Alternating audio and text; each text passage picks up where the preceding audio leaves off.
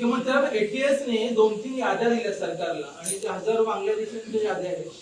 सरकारने पोलिसांनी कारवाई केली त्यांच्यावरती, पण ते बांगलादेशी शासकीय योजनांमध्ये आहेत आणि याला उजवलेलं वर्ष व्हायला आलं तरी सुद्धा त्यांचा शोध लागत नाहीये. तर या संदर्भात काय करणार आहे का?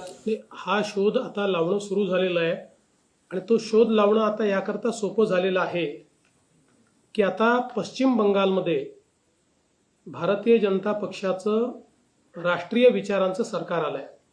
मुळामध्ये आमचा प्रॉब्लेम हाच असायचा की ज्यावेळी आम्ही आयडेंटिफाय करायचो, आयडेंटिफाय केल्यानंतर लक्षात यायचं की बांगलादेशी आहे, पण पश्चिम बंगालमधल्या कुठल्या तरी गावातनं सगळी कागदपत्र, जन्माचा दाखला, रेशन कार्ड, सगळी दाखलं त्यांनी तयार केलेली असायची.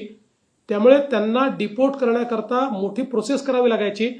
त्या जिल्ह्यात जाऊन ती कागदपत्र खोटी आहेत ही त्या ठिकाणी प्रूव्ह करावी लागायची.